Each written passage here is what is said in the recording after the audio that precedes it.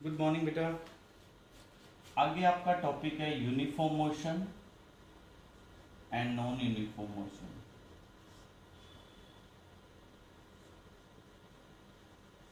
देखो बच्चों, किसी भी मोशन को आप यूनिफॉर्म कब कहेंगे कि जब वो इक्वल टाइम में इक्वल डिस्टेंस को कवर करता है। जैसे आपकी गाड़ी यहां से स्टार्ट हुई, ए से बी, बी से सी, सी से डी, डी से ई। जैसे ये डिस्टेंस है 10 मीटर फॉर एग्जांपल, या 100 मीटर, कितना भी इक्वल डिस्टेंस है। आप ए पॉइंट से बी, सी, डी, ई, ये हर डिस्टेंस को 5 सेकेंड में या 1 सेकेंड में या 2 सेकेंड में इक्वल इक्वल टाइम में कवर करते जा रहे। तो ये मोशन कैसा होगा? Uniform. A motion is said to be in uniform motion when motion is said to be uniform motion of an object is said to be uniform if it covers equal distance in equal intervals of time. अगर आप equal distance equal interval of time में cover कर रहे हैं तो आप uniform motion में हैं। और नॉन यूनिफॉर्म बेटा, जब आप डिस्टेंस इक्वल कवर नहीं कर रहे। देखो, दो तरह से आप नॉन यूनिफॉर्म को डिफाइन कर सकते हो। नॉन यूनिफॉर्म मोशन, जैसे आपने इक्वल डिस्टेंस, जैसे ये ए से बी, बी से सी, सी से डी, ये सारा डिस्टेंस है 10 मीटर। इसको आपने कवर किया 5 सेकेंड में, इसको किया 4 सेकेंड में, इसको किया 8 सेकेंड में। आप क्या हो? नॉन यूनिफॉर्म मोशन में चल रहे हो। फिर जैसे मैं इसको यूं कहूं कि आपने पहले ये डिस्टेंस, फिर ये, फिर ये, फिर ये, फिर ये।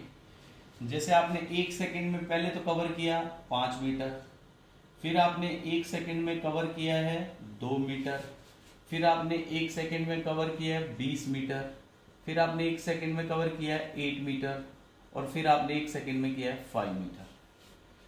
चाहे तो डिस्टेंस इक्वल और टाइम अनइक्वल कर दो, चाहे टाइम सेम और डिस्टेंस अनइक्वल कर दो। ये दोनों ही क्या है? Non uniform motion. तो इक्वल टाइम, अनइक्वल डिस्टेंस, या अनइक्वल टाइम,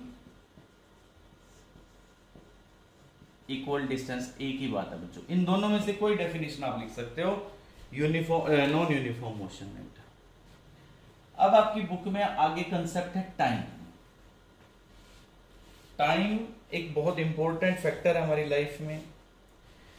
टाइम फिजिक्स में हम मापते हैं। रेगुलर टाइम पे अगर कोई इवेंट होता है तो हम उसको कहते हैं पीरियोडिक है। अगर कोई रेगुलर इंटरवल में कोई बात हो रही है तो आप उसके लिए एक टर्म यूज करते हो, बेटा ये पीरियोडिक इवेंट्स हैं। जैसे अर्थ जो है वो रिवॉल्व करती है, वो पीरियोडिक इवेंट है। मून रिवॉल्व कर रहा है, वो पीरियोडिक इवेंट है।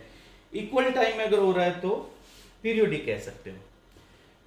बहुत पुराने टाइम से हम लोग नेचुरल मेथड यूज करते। पहले लोग ना छाया के हिसाब से टाइम का अंदाजा लगाते थे कि छाया यहाँ पहुंच गई है तो ये टाइम है, यहाँ पहुंच गई है तो ये टाइम है। तो 24 आवर्स का जो टाइम होता है उसको हम क्या कहते हैं? 1 डे कहते हैं ना। 24 घंटे हो गए मतलब एक दिन हो गया। या हम यूं कहें कि 1 सनराइज से लेकर के नेक्स्ट सनराइज तक का जो टाइम है वो एक डे है। और मंथ हम एक न्यू मून से लेकर के नेक्स्ट तक को एक मंथ मानते हैं। और अर्थ जब एक राउंड कंप्लीट करती है तो उसको क्या कहते हैं? ईयर कहते हैं। सन के चारों तरफ अगर एक राउंड कंप्लीट कर दिया। अब बेटा मेजरमेंट ऑफ टाइम कैसे मापते हैं? तो ये थ्योरेटिकल पार्ट है, आप बुक में रीड करेंगे।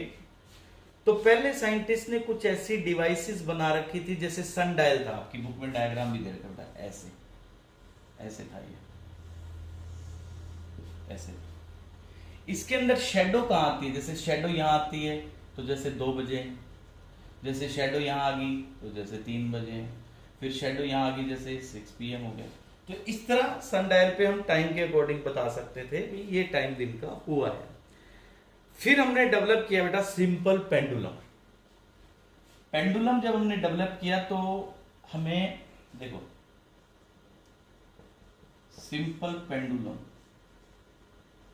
पेंडुलम में एक बो होती है बेटा, आयरन बो, एक थ्रेड है, एक हुक के साथ आपने उसको बांध दिया। जैसे आप इसको रिलीज करेंगे तो ये यहां आएगी,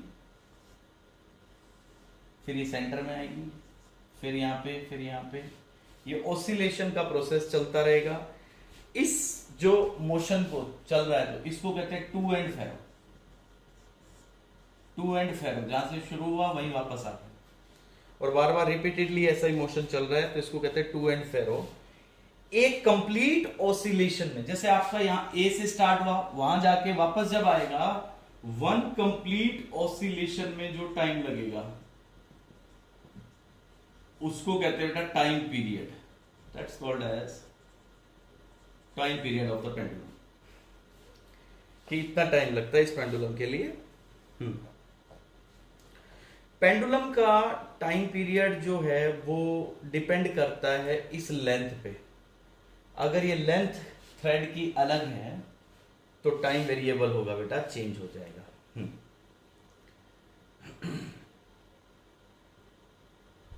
अगर दोनों में आपने सेम लेंथ की, जैसे आपने ये 20 सेंटीमीटर के लिए, दूसरा पेंडुलम भी 20 सेंटीमीटर पे है, तो दोनों का टाइम पीरियड सेम आएगा।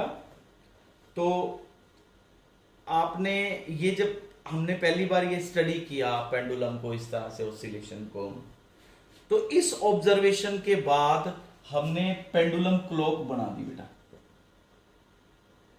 Pendulum clocks were developed after this when we observed this time period of this oscillating pendulum, कि ये जब मूव कर रहा था तो फिर उसके बाद में आइडिया आया और हमने एक स्टैंडर्ड पेंडुलम जितना एक ऑसिलेशन में टाइम लेता है उसके अकॉर्डिंग हमने क्लॉक बना दी है। यस, अब इसके बाद बेटा आपकी बुक में है कुछ न्यूमेरिकल्स हैं, फिर आता है आपका ग्राफ। तो ग्राफ क्या होते हैं? ग्राफ हम दो चीजों को जब मेजर करते हैं तो ग्राफ में बेटा, जैसे आपने एसएस में ग्राफ पढ़े होंगे, ग्राफ्स हम यूज करते हैं जब एक ही बार में आपको डाटा एनालाइज करना हो। जैसे एसएस में आप पढ़ते हो पॉपुलेशन है, यहां जैसे ईयर होते हैं, जैसे इतनी पॉपुलेशन थी वर्ल्ड की इस टाइम पे, फिर इतनी हो गई है, फिर इतनी हो गई है। तो कोई भी ग्राफ देखता है तो एक बार में पता लग जाता है जी कि पॉपुलेशन इंक्रीज हो रही है ना, टाइम के साथ साथ। तो साइंस में हम कैसे यूज करते हैं? देखो बेटा, साइंस में हम यूज करते हैं, जैसे ये आपकी कार है, यहां से स्टार्ट होती है, जैसे 10 बजे स्टार्ट होती है, यहाँ पे 10 बजे का मतलब टाइम 0। 10 सेकंड के बाद ये कार ने कितना डिस्टेंस कवर किया है? जैसे 10 मीटर। 10 सेकंड के बाद, 20 सेकंड के बाद इसने कितना कर लिया है? 20 मीटर। तो दो डाटा आ गए ना आपके पास, एक तो आ गया डिस्टेंस, कितना जा रहे हो आप, एक है आपके पास टाइम।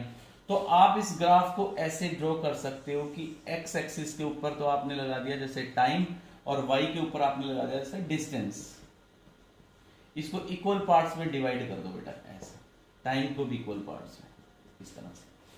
जैसे 0 टाइम पे डिस्टेंस कितना था? 0। 10 सेकंड पे डिस्टेंस कितना? 10 मीटर। जैसे ये 10 सेकंड है, ये 10 मीटर, ये 20, 30, 40, 50, 60, ये 20 सेकंड, 30, 40, 50, 60। तो 10 सेकंड पे आपका जहां डिस्टेंस था उसके सामने डॉट लगा दिया, जैसे 10 के सामने ही डॉट लगा दी। 20 पे आप कहां पहुंचे थे? 20 मीटर्स पे, तो 20 के सामने डॉट लगा दो। 30 पे 30 के सामने, 40 पे, 50 पे और 60 पे। फिर ये लाइन मिला दो बेटा, ऐसे स्ट्रेट लाइन आ जाएगी। ये स्ट्रेट लाइन जो आपकी आएगी, ये डॉट जब मिलाओगे, ये मैं तो हाथ से मिला रहा हूं, जब आप स्केल से मिलाएंगे तो बिल्कुल सारे डॉट्स आपकी लाइन के नीचे आ जाएंगे। तो ग्राफ से आप ये पता लगा सकते हो कि 30 सेकंड पे हम कहां थे? 30 मीटर पे। 50 सेकंड में हम कहां थे? 50 मीटर्स पे। 60 सेकंड में आप कहां थे? 60 मीटर पे। तो इससे बहुत सारी चीजें पता लगती हैं। एक चार्ट और बनता है बेटा, पाई चार्ट। पाई चार्ट जो बनता है उसमें हम ऐसे सर्कल में शो करते हैं, ऐसे इस तरह से। पाई चार्ट में जैसे आपने कार से भी डिस्टेंस ट्रेवल किया है, पैदल भी किया है, जैसे आपने बस से भी किया है, कार से भी किया है। जैसे आप पैदल ज्यादा चले हो तो ये डिस्टेंस दिखा दिया हमने, ये कितना डिस्टेंस दिखाता है, जैसे 10 किलोमीटर।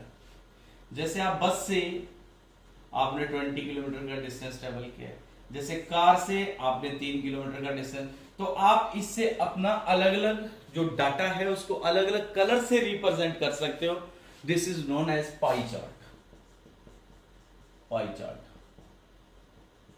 तो this is completion of your chapter. अब हमारी एक्सरसाइज बचती है, तो आपने लास्ट तक अंडरलाइन करना है। कोई क्वेश्चन हो तो डाउट क्लास में आपने पूछना है।